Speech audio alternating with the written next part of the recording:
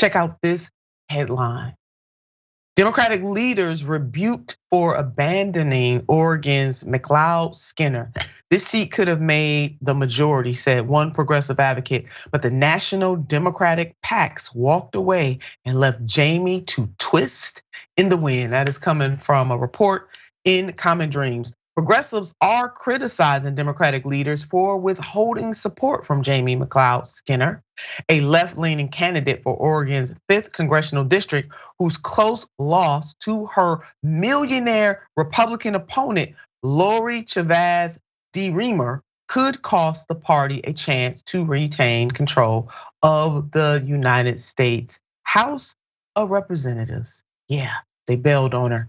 This seems to be a reoccurring theme with regards to House races these midterms. Republicans pick up 3 New York House seats with Long Island sweep and defeat of the DCCC chair. Yeah, the same DCCC chair that jumped in somebody else's race lost his own. The victories could prove decisive in how large a majority the House Republicans stand to gain, proving that New York was, as expected, a critical battleground. It was critical. The inside story of Sean Patrick Maloney's face plant in New York. Instead of taking his own race seriously, the DCCC chair snubbed grassroots support and went to Europe to court donors. Now I got to pause right there, Yasmin. If that is not some type of arrogance, I do not know what. You know, a lot of these things, we can't get away from the fact that there is money and there is strategy in our government and in our politics, right? But performative democracy is simply not democracy, right? Democracy that's dependent on money and ads isn't a well-functioning democracy. And just because these issues aren't supported by the establishment doesn't mean that they're not supported by the public. Unfortunately, the public isn't the one driving these narratives, and maybe, just maybe, we should be. But there's no way around it. A lot of politics, there's the issues on one hand, and then there's the strategy and the money on the other side. So it's a lot of, a lot of different things at play that need to be balanced somehow, and we need to get back, lean it a little bit more over to the side of the public, into the issues, and actually fixing problems that need to be fixed, because there are many. Yes, there are. This headline right here, the inside story of Sean Patrick Maloney's face plant in New York. We put that one up. And then more of the same nonsense actually happened in Oregon. So as we look at New York, we're looking at Oregon, and the fact that arrogance really drove this outcome in New York. Total arrogance. How you get on a plane and just go to Europe? As if you got this all in the bag, definitely thumbing your nose up or just saying, hey, I got this, no worries. So much so that I'm jumping on a plane. He was mistaken. My grandmother used to always say, don't write a check your behind can't cash. She used the other word. I want you to use your imagination, but that is what Patrick Maloney did. He wrote a check his behind could not cash all the way on his way to Europe. So let's go back to Oregon though. As The Intercept reported Friday, the Democratic Congressional Campaign Committee, the DCCC, invested nearly $2 million to help McLeod-Skinner win in Central Oregon, but the ads it funded came off the air in the final few weeks. And the leadership aligned Super PAC Action Committee, House Majority PAC, made the eyebrow-raising move to triage the race all together, just left her flapping in the wind. Republicans, on the other hand, treated the race in Oregon's 5th district as the toss-up it was. Clearly it was.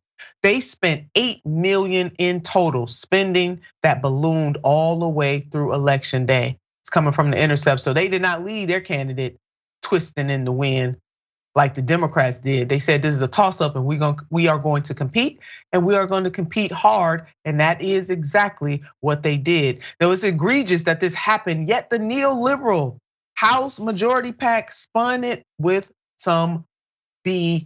And I ain't talking about Bernard Sanders, baby. The House Majority PAC Communications Director CJ Warnke declined to explain the reasoning behind the move at the time, but told The Intercept Friday that House Majority PAC had to make strategic decisions across the country to build the most optimal path to Democratic success this cycle. They messed up, just plain and simple. And it wasn't just Jamie that the Triple C and the House Majority PAC did dirty. They also did some other folks dirty, because while you spreading dirt, just go ahead and spread it around. The fiasco in the neighboring 6th congressional district also has House Majority PAC fingerprints all over it.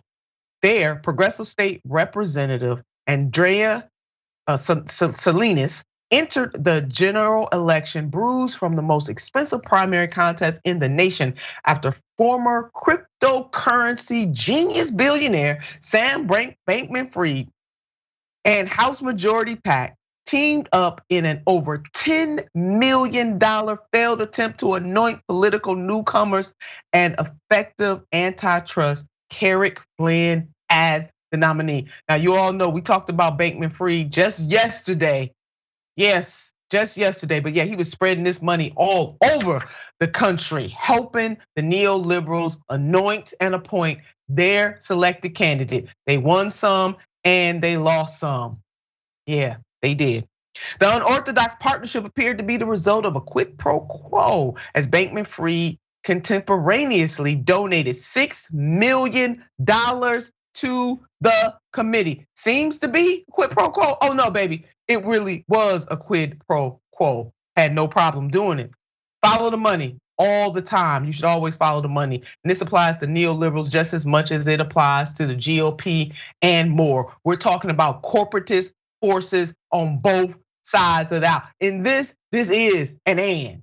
It is the corporatists in the Republican Party, it's the corporatists in the Democratic Party. But you know what? A picture is worth 1,000 words. Let's go ahead and put up this picture, this beautiful picture right here. Yeah, worth 1,000 words. Yasmin, anything else quickly you want to add to this? Yeah, I love that picture. If the Dems are going to keep this position as being the party of the people, they need to walk the talk eventually at some point, right?